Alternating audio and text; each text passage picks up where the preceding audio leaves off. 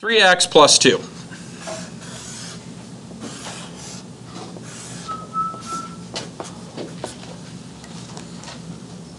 The rate of change, the up and over, is based on the graph. So if I come in here, and this is not in your textbook, so that's why you really need to write this down, because you won't find it again in the textbook.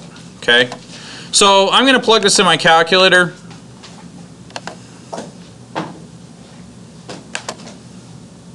So this is a simple linear equation, right? It's just 3x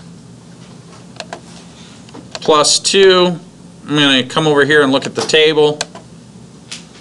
And so we'll just plug in some numbers. So 1, 2, 3, 4. And that'll give me 5, 8, 11, 14. Now there is a constant rate of change. And what a constant rate of change does is when I look at the graph, it graphs as a straight line, okay? So if let me put this in a standard fit, it's a straight line because the rate of change is the same every time. And we know from our algebra experience that that rate of change is 3. In other words, the slope, but now I'm not going to call it slope anymore, I'm going to call it the rate of change, is 3 over 1. That means I'm going to go up 3 and over 1 to get from one point on the line to the next. Now I can verify this quantitatively by looking at the values of the equation. If I go from 1 to 2, in other words, if I'm going to look at delta y over delta x, if I go from 8 to 5 and 2 to 1, I'll get 3 over 1. If I do that again, and I say 11 to 8, 3 to 2, I'll get 3 over 1. And if I did that for every one of those terms, I would get that. In fact, if I came in here and I looked at that, for every change in x, in other words, what I'm getting, really where this is coming from, is that what I'm saying is, to get from here to here, I add 1. That's where this 1 comes from. To get from here to here, I add 3. That's where this 3 comes from. And it's the same every time. I add 1 to get from this one to this one. I add 1 to get from this one to this one. I add 1 to get from this one to this one. Here I add 3, and here I add 3. So it's a constant rate of change. Does that make sense? Yeah. Now here's what's different. If I change this to y is equal to 3x squared plus 2, and I do the same thing and I make a table of values, and I go 1, 2, 3, 4, now it looks different. Now it looks different. So now I'm going to plug that in for an equation, and I'm going to put them side by side so you can see the difference. So here I'm going to say 3x squared plus 2.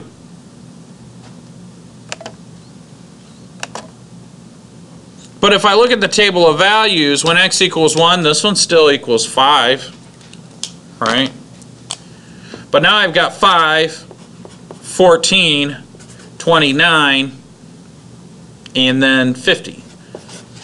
So that one changes drastically, right? Here, I want to point out, here though I go plus 1, plus 1, plus 1. On the right hand side, it looks different though. Here I go, what do I add to get from 5 to 14? 9, plus 9. What do I do to get from 14 to 29? 15. What do I do to get from 29 to 21? So what do you notice about those? So my rate of change is changing. By 6. By 6, that's true, but what is changing it? So that's the thing.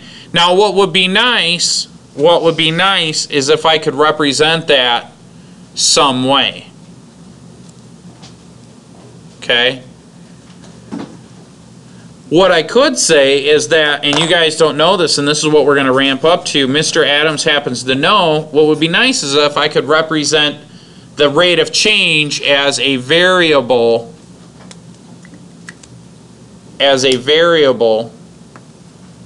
of my rate of change of x, right, of x. If I could write an equation that would represent the rate of change.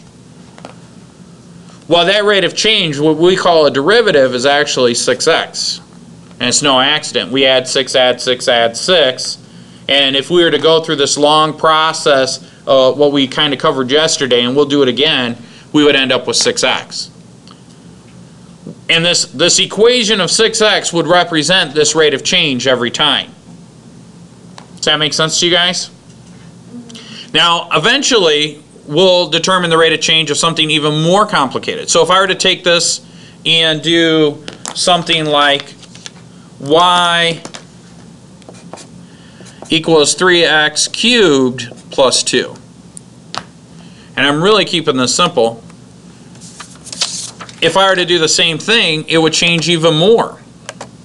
So let's plug that in. Let's do 3x cubed. And I'm just going to change this one to a 3. And I'm going to hit second graph. And so now for that one, that was in y2, right?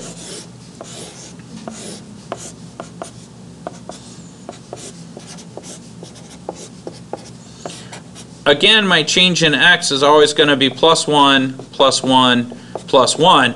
But now my numbers are 5, 26, 83, and 194. Now it gets a little more complicated, but I will tell you this, that our rate of change, and you haven't figured this out yet, is 9x squared.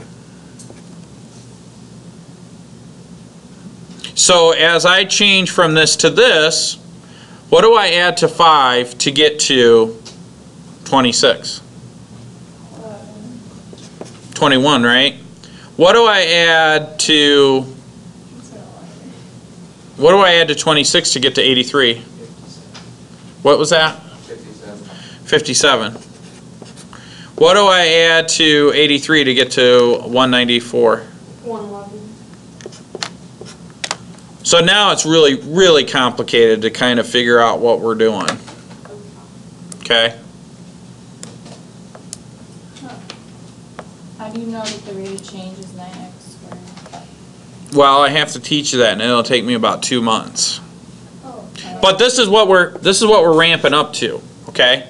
That's what we're ramping up to, is we're trying to figure out a way to represent this rate of change as an equation. Because everything's dependent upon x, because x is the independent variable. And so based on the math, I'll tell you this 9x squared is no accident. It comes from this original equation, and it's based on the limits as h approaches 0. So we really got to understand these limits as h approaches 0. So what does that look like graphically? Well, graphically, going back to a simple equation here,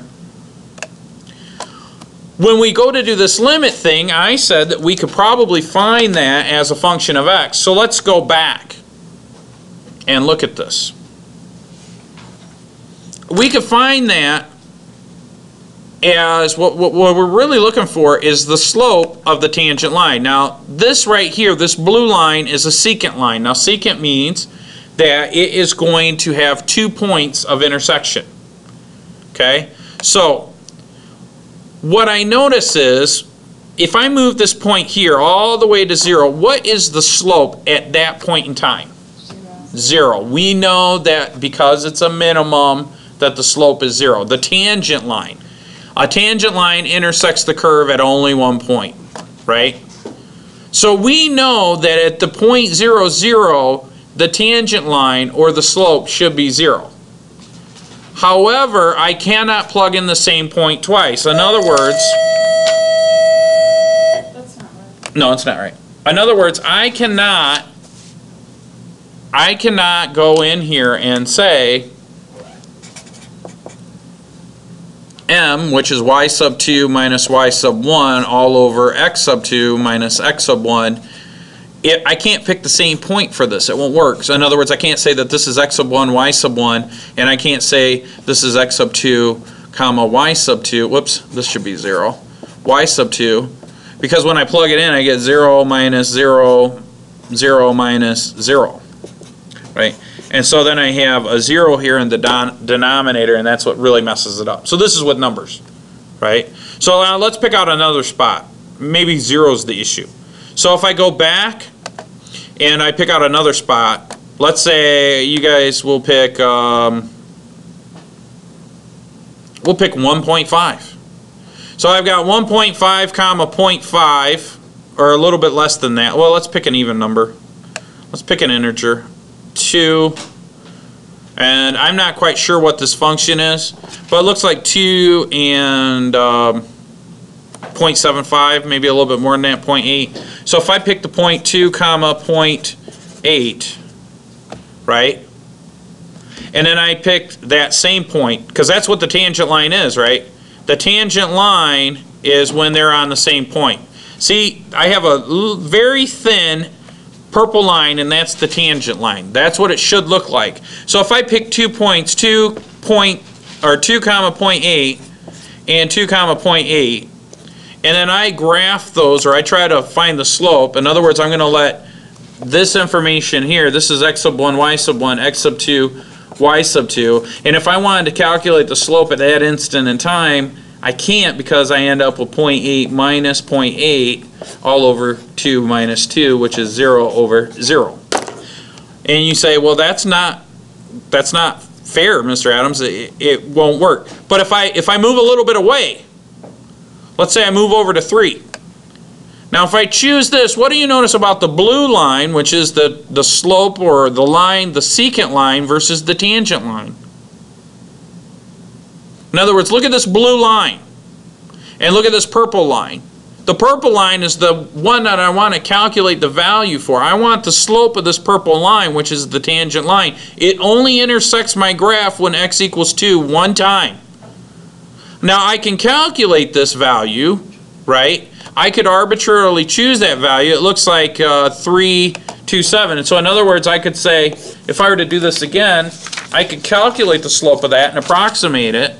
I could say that the slope is equal to y sub 2 minus y sub 1 all over x sub 2 minus x sub 1, and I could choose the 0.2 comma 0.8 and the 0.3 comma, what did that look like to you guys? 1.75 maybe? And so I could plug that in.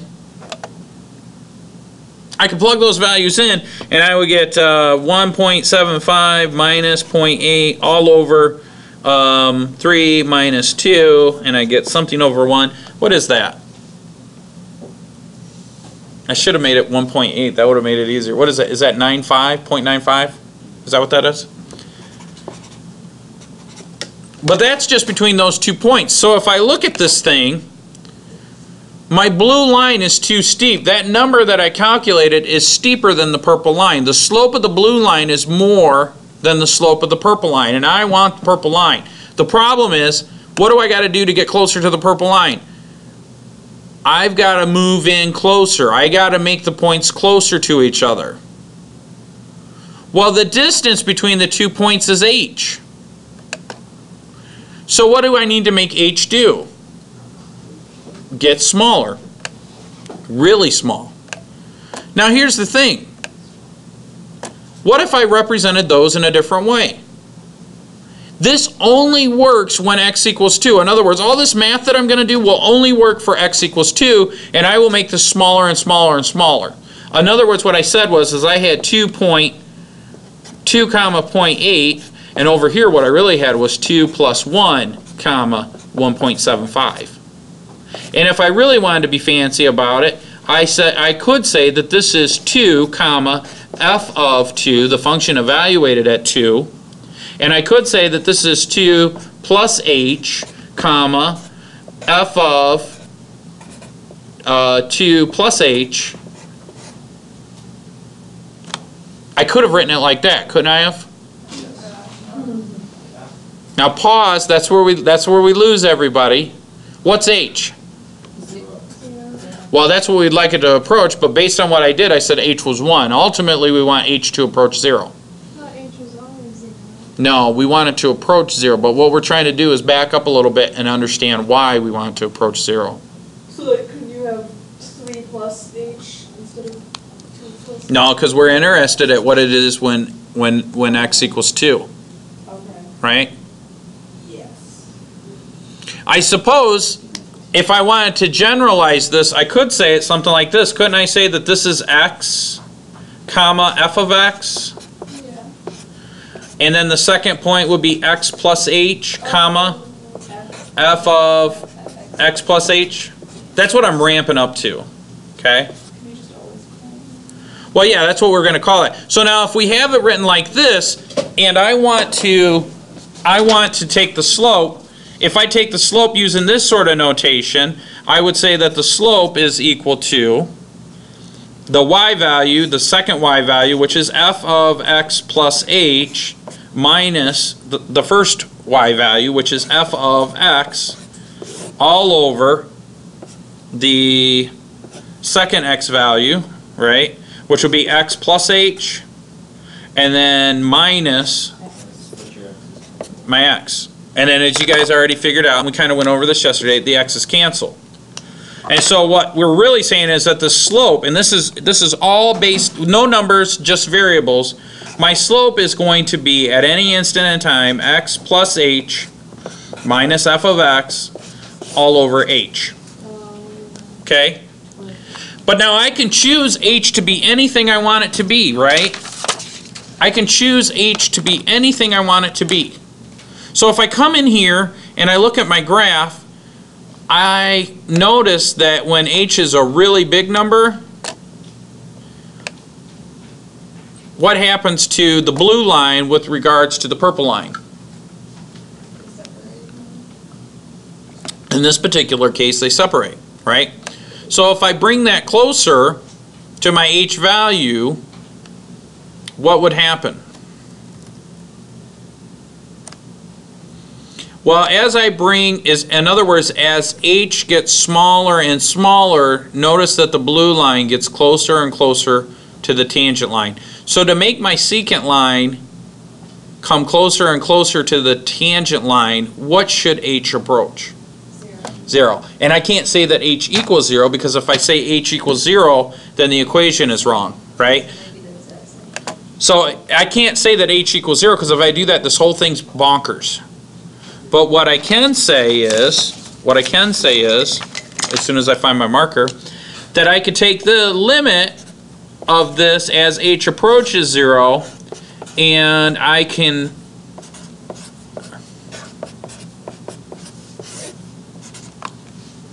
get a pretty good answer. Okay? Does that make sense to you guys? Okay.